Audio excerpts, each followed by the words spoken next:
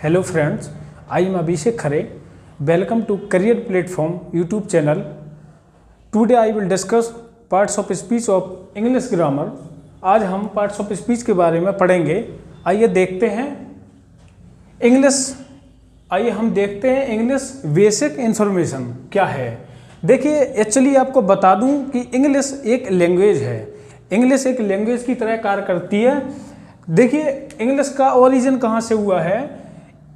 एक वर्ड होता है लिंगुआ. अगर लिंगुआ में अगर हम फ्रैंका जोड़ दें, लिंगुआ तो क्या हो गया, लिंगुआ फ्रैंका, जिसका मतलब होता है कॉमन लैंग्वेज.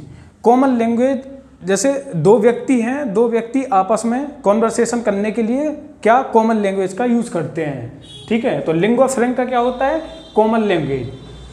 आपको बताएं तो लैंग्वेज एक सिस्टम की तरह कार्य करती है. कोई भी लैंग्वेज होती है तो उसके कुछ ना कुछ सिस्टम्स होते हैं. ठीक है, तो ऐसी इंग्लिश लैंग्वेज होती है वो सिस्टम की तरह कार्य करती है. जितने भी जो कि सिस्टम है, पहला तो होता है फोनोलॉजी, सेकंड होता है मॉर्फोलॉजी और थर्ड होता है सिंटैक्स. आइए हम थोड़ा इनके बारे में डिस्कस करते हैं.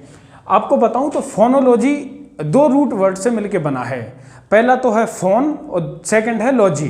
देखिए पहला है कौन सा, फोन, जिसका मतलब होता है साउंड, जिसका मीनिंग होता है साउंड. और एक रूट वर्ड है लॉजी, जिसका मीनिंग होता है स्टडी ऑफ. क्या होता है, स्टडी ऑफ. तो वन वर्ड सब्स्टिट्यूशन में पूछ लिया जाता है कि स्टडी ऑफ साउंड, तो आप क्या आंसर दोगे, आप आंसर दोगे फोनोलॉजी. और सेकंड जो सिस्टम्स होता है, जो सेकंड हमारा सिस्टम है वो क्या है, मॉर्फोलॉजी. ये भी दो रूट वर्ड से मिलकर बना है. पहला क्या है हमारा, पहला है हमारा मॉर्फ. मॉर्फ का मतलब होता है वर्ड, शब्द. मॉर्फ का मतलब होता है वर्ड. और आपने लॉजी तो यहाँ पे ही देखा है. लॉजी का मतलब क्या होता है, स्टडी ऑफ. लॉजी का मतलब होता है स्टडी ऑफ. तो आपसे क्वेश्चन क्या पूछेगा, एग्जामिनर क्वेश्चन क्या पूछेगा, स्टडी ऑफ वर्ड, तो आप आंसर क्या दोगे, morphology. Study of word, that is called क्या है, मॉर्फोलॉजी. अब जो थर्ड होता है, जो थर्ड सिस्टम होता है वो क्या होता है, सिंटैक्स, जिसमें हम पढ़ेंगे सेंटेंस के बारे में. किसके बारे में पढ़ेंगे, सेंटेंस के बारे में पढ़ेंगे.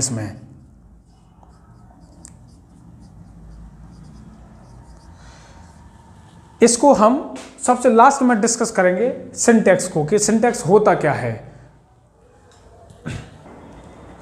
आइए अब हम देखते हैं जो लैंग्वेज की जो स्किल्स होती हैं. जब कोई भी लैंग्वेज होती है तो उसकी कुछ ना कुछ उसकी स्किल्स होती हैं. उनको सीखने की, उनको पढ़ने की, उनको लिखने की कुछ ना कुछ उनकी स्किल्स होती हैं. आइए हम देखते हैं इंग्लिश लैंग्वेज की जो स्किल्स हैं, जहाँ से इंग्लिश लैंग्वेज की उत्पत्ति हुई. ठीक है, तो पहली स्किल है वो क्या है हमारी, लिसनिंग. सेकंड क्या है हमारी, स्पीकिंग. थर्ड क्या है, रीडिंग. और फोर्थ क्या है, राइटिंग.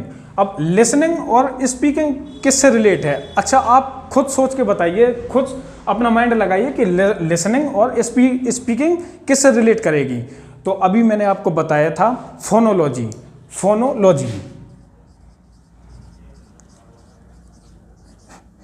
फोनोलॉजी है क्या, देखिए दो रूट से मिलकर बना है. पहला तो है साउंड, फोन का मतलब क्या होता है, साउंड.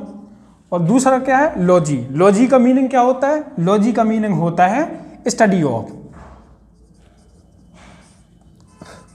तो देखिए स्टडी ऑफ साउंड, तो क्या होगा, फोनोलॉजी. अब देखिए मैं आपको इसका एक एग्जांपल देता हूं. ठीक है, मैं आपसे बोलूं डेफिनेशन. मैंने आपसे बोला डेफिनेशन, तो अब आप खुद सोच के बताइए, आपको खुद अंदाजा लग गया होगा कि जो मैंने बोला ना डेफिनेशन, वो मैं गलत बोल रहा हूँ. ठीक है, तो अगर मैं गलत बोल रहा हूँ तो लिखूंगा भी गलत. अगर मैं कोई बात गलत बोलूँगा तो मैं लिखूंगा भी गलत. जैसे मैंने लिख दिया क्या, डेफिनेशन. ठीक है, अब जब मैंने गलत बोला तो मैंने लिखा भी. अब जब मैंने बोला डेफिनीशन, तो देखो मैंने लिखा भी सही. ठीक है, तो यही क्या है, फोनोलॉजी. तो लिसनिंग और स्पीकिंग किससे रिलेट करता है, फोनोलॉजी से. आइए अब हम समझते हैं साउंड क्या होता है। साउंड होता क्या है? बेसिकली किसी भी लैंग्वेज को बोलने के लिए हमें किसकी ज़रूरत पड़ती है? साउंड की। तो ऐसे ही इंग्लिश लैंग्वेज को बोलने के लिए, समझने के लिए हम किसका यूज़ करते हैं? साउंड का। तो साउंड मतलब एक्चुअली होता क्या है? साउंड रिप्रेजेंट करता है किसी सिंबल को। साउंड रिप्रेजेंट करता है किसी सिंबल को, और सिंबल को लिखने के लिए, इंग्लिश लैंग्वेज में सिंबल को लिखने के लिए एक वर्ड का नाम होता है जिसको बोलते हैं हम स्क्रिप्ट। स्क्रिप्ट को हिंदी में क्या बोलते हैं? लिपि। स्क्रिप्ट बेसिकली होता क्या है? Writing style of a language. किसी भी लैंग्वेज को या इंग्लिश लैंग्वेज को लिखने की जो स्टाइल होती है उसी को क्या बोलते हैं? स्क्रिप्ट। और हमें पता है कि इस इंग्लिश लैंग्वेज में जो स्क्रिप्ट में कितने लेटर्स दिए गए हैं? 26 लेटर्स दिए गए हैं। ठीक है, कितने लेटर्स हैं? 26 लेटर्स, जिनको हम क्या बोलते हैं? अल्फ़ाबेट। जिनको बोलते हैं हम अल्फ़ाबेट। और इसके भी दो टाइप होते हैं। अगर इसके भी क्या होते हैं? दो टाइप होते हैं। पहला तो होता है वाउल्स और सेकंड होता है हमारा क्या? कॉन्सोनेंट्स। पहला होता है वाउल्स और सेकंड होता है कॉन्सोनेंट्स।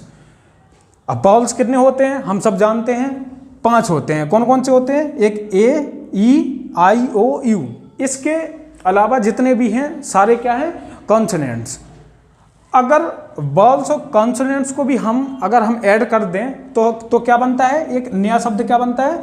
वर्ड बनता है। आइए अब हम देखते हैं वर्ड होता क्या है। इसकी हम डेफिनेशन देखते हैं और इसके बारे में थोड़ा हम डिस्कस करते हैं।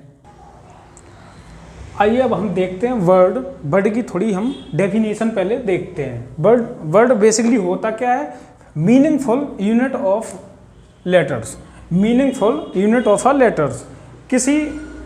किसी शब्दों के समूह का जो एक मीनिंगफुल अर्थ निकलता है उसी को क्या बोलते हैं? वर्ड बोलते हैं। जैसे मैंने लिख दिया यहाँ पे ऑनेस्ट। तो इसका एक मीनिंगफुल एक इसका अलग से पर्टिकुलरली इसका एक मीनिंग निकल रहा है। देखो ऑनेस्ट, अगर मैंने इसी को लिख दिया, अगर इसी की जो मैंने स्पेलिंग को इधर उधर लिख दिया, बदल के चेंजेस करके इसमें लिख दिए, तो इसका कोई भी मीनिंग नहीं निकलेगा। ठीक है, अब मैंने यहाँ पे यूनिट लिखा है। यूनिट है क्या? बेसिकली हिंदी में बोलते हैं इसको इकाई। यही यूनिट और यही वर्ड मिलकर क्या बनाते हैं? हमारी पार्ट्स ऑफ स्पीच, जो कि आप लोगों ने भी पढ़ा होगा। पार्ट्स ऑफ स्पीच बेसिकली होते कितने हैं? 8 होते हैं। देखिए हम थोड़ी इनके बारे में थोड़ी डिस्कशन करते हैं, थोड़ी डेफिनेशन इनकी मैं देता हूँ आपको। देखिए पहला कौन सा है? नाउन। नाउन बेसिकली होता क्या है? देखिए थोड़ी सी मैं डेफिनेशन देता हूँ इसकी। नेमिंग वर्ड, किसी भी चीज़ का एक पर्टिकुलर एक नाम हो उसको क्या बोलते हैं? नाउन बोलते हैं। जैसे आई एम अभिषेक, मैंने बोला आई एम अभिषेक, मेरा एक क्या है? एक पर्टिकुलर एक नाम है मेरा, तो मैं क्या हूँ? एक नाउन हूँ। ठीक है, ये क्या है? एक मार्कर। अब इसका एक पर्टिकुलर एक इसका नाम है, मैंने बोला इसको मार्कर, तो ये क्या है? नाउन। अब मैंने बोला सेकंड क्या है? प्रोनाउन। प्रोनाउन होता बेसिकली क्या है? जो नाउन को क्या करे? रिप्लेस करे। जो नाउन को क्या करे? रिप्लेस करे, उसको क्या बोलते हैं हम? प्रोनाउन। अब तीसरा है हमारा एडजेक्टिव। एडजेक्टिव होता क्या है? एडजेक्टिव होता क्या है? जो क्वालिफाई करे किसको? नाउन को। जो क्वालिफाई करे किसको? नाउन को। अब तुम्हें पता है, मैंने तुम्हें बताया अभी डेफिनेशन दी कि प्रोनाउन बेसिकली होता क्या है? प्रोनाउन होता है जो रिप्लेस करे किसको? नाउन को। अगर ए नाउन को रिप्लेस करता है तो एडजेक्टिव भी इसको क्वालिफाई करेगा, तो क्या आएगा? क्वालिफाइज नाउन और अ प्रोनाउन। अब समझते हैं हम वर्ब। वर्ब होता क्या है? जो एक्शन डिनोटिंग वर्ड। एक सिंपल डेफिनेशन क्या है? Action denoting word. जो किसी एक्शन को बताए उसको क्या बोलते हैं? वर्ब। अब है एडवर्ब। एडवर्ब होता क्या है? जो किसको क्वालिफाई करे? वर्ब को क्वालिफाई करे। जो किसको क्वालिफाई करे? वर्ब को क्वालिफाई करे, उसी को क्या बोलते हैं? एडवर्ब। अच्छा, अब 6 को क्या है? प्रपोजिशन। 6 क्या है? प्रपोजिशन। प्रपोजिशन होता क्या है? रिलेटिंग वर्ड, जो किसी सेंटेंस में किसी वर्ड को रिलेट करे। जैसे मैं आपको एक प्रपोजिशन बताता हूँ। टू क्या है? प्रेपोजिशन है। टू क्या है? प्रेपोजिशन। अब देखो, अब नेक्स्ट क्या है हमारा? कंजंक्शन। कंजंक्शन होता क्या है, जो किसी सेंटेंस को जोड़े या किसी दो वर्ड को जोड़े आपस में, उसी को क्या बोलेंगे हम, कंजंक्शन। जैसे मैंने लिख दिया, एक एग्जांपल बताता हूं मैं आपको। मैंने लिख दिया राम एंड श्याम, राम एंड श्याम। अब राम क्या है, राम क्या है एक वर्ड, और सेकंड वर्ड क्या है श्याम, और एंड क्या है यहाँ पे कंजंक्शन, क्या है कंजंक्शन। तो ये क्या कर रहा है, दो वर्ड को आपस में जोड़ रहा है, ठीक। अब इसके बाद है लास्ट है क्या, इंटरजेक्शन। इंटरजेक्शन होता क्या है, सडन फीलिंग डिनोटिंग वर्ड, जो किसी फीलिंग को सडन व्यक्त करे, मतलब सडन एकाएक से, जैसे आप एग्जाम में पास हो गए, आप एकाएक से एग्जाम में पास हो गए, तो एकाएक से आपके अंदर से क्या आवाज आएगी, वाओ मैं एग्जाम में पास हो गया। अगर कुछ आपके सामने कुछ दुख भरी कोई घटना हो जाए, कोई इंसिडेंट हो जाए ऐसे, तो आप क्या बोलोगे, ये वो मतलब वो ऐसे कुछ करके आप उसको क्या करेंगे, फील करेंगे, उसको डिनोट करेंगे उसको। आइए अब हम देखते हैं वर्ड के बाद हम देखते हैं फ्रेज। फ्रेज होता क्या है, आइए मैं पहले इसकी थोड़ी डेफिनेशन आपको लिखा देता हूँ। Group of word without complete meaning, एक शब्दों का समूह जिसका कोई कंप्लीट मीनिंग ना निकले, एक शब्दों का समूह जिसका कोई एक कंप्लीट मीनिंग ना हो। देखिए जैसे मैं आपको एग्जांपल देता हूँ, दो एग्जांपल देता हूँ। मैंने बोला राम एंड श्याम, मैंने बोला राम एंड श्याम। अब आप खुद देखिए, यहाँ पे बोर्ड पे देखिए, राम एंड श्याम में आपको कोई आगे कोई इन्फॉर्मेशन कोई दी गई है, कुछ तो नहीं दी गई है ना, तो इसका कोई एक कंप्लीट मीनिंग नहीं निकल रहा है, तो इसको क्या बोलेंगे हम, फ्रेज। जैसे मैंने बोला इन my class, in my class, मैंने बोला इन माई क्लास, तो ना ही इसका कोई कंप्लीट मीनिंग निकल रहा है, ना इसका कोई कंप्लीट मीनिंग निकल रहा है, तो इसको हम क्या बोलेंगे, फ्रेज। अब फ्रेज होते हैं तीन टाइप के, पहला होता है नाउन फ्रेज, सेकंड होता है एडजेक्टिव फ्रेज, और थर्ड होता है एडवर्ब फ्रेज। ये हम पढ़ेंगे, इनके चैप्टर में पढ़ेंगे कि नाउन फ्रेज क्या होता है, एडवर्ब फ्रेज क्या होता है, एडजेक्टिव फ्रेज क्या होता है, या एडवर्ब फ्रेज क्या होता है।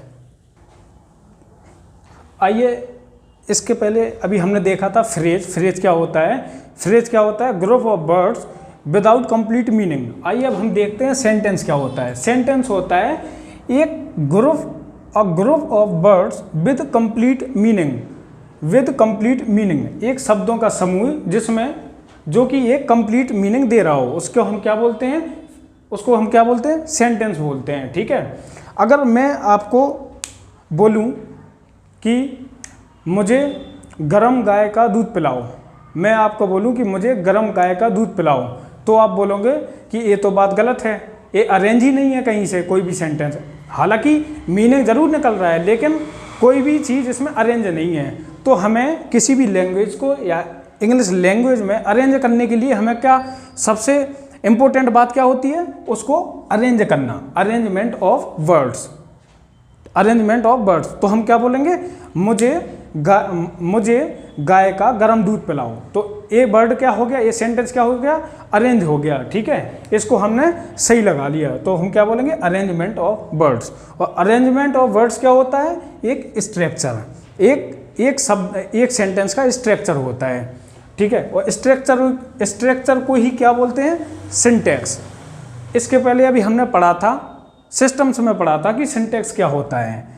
पहला सिस्टम्स में पहला पार्ट क्या था, पहला था फोनोलॉजी, सेकंड था मॉर्फोलॉजी, और थर्ड क्या था हमारा सिंटैक्स। अब देखिए वो वाली बात यहाँ आके ख़त्म हुई, हमने कितने डिटेल में समझा इसको, आप खुद देख लीजिए। आइए फ्रेंड्स, आज हम यहीं तक अपना ये टॉपिक रखते हैं। इसके जो नेक्स्ट वीडियो आएगा वो नाउन का होगा, नेक्स्ट वीडियो से हम नाउन स्टार्ट करेंगे। और फ्रेंड्स, आपको वीडियो कैसा लगा, आई होप अच्छा लगा होगा वीडियो। चैनल को सब्सक्राइब कीजिए, लाइक कीजिए, कमेंट कीजिए और अपने दोस्तों के साथ शेयर ज़रूर कीजिए और नेक्स्ट टॉपिक में हम मिलते हैं नाउन के साथ। ठीक है, थैंक यू।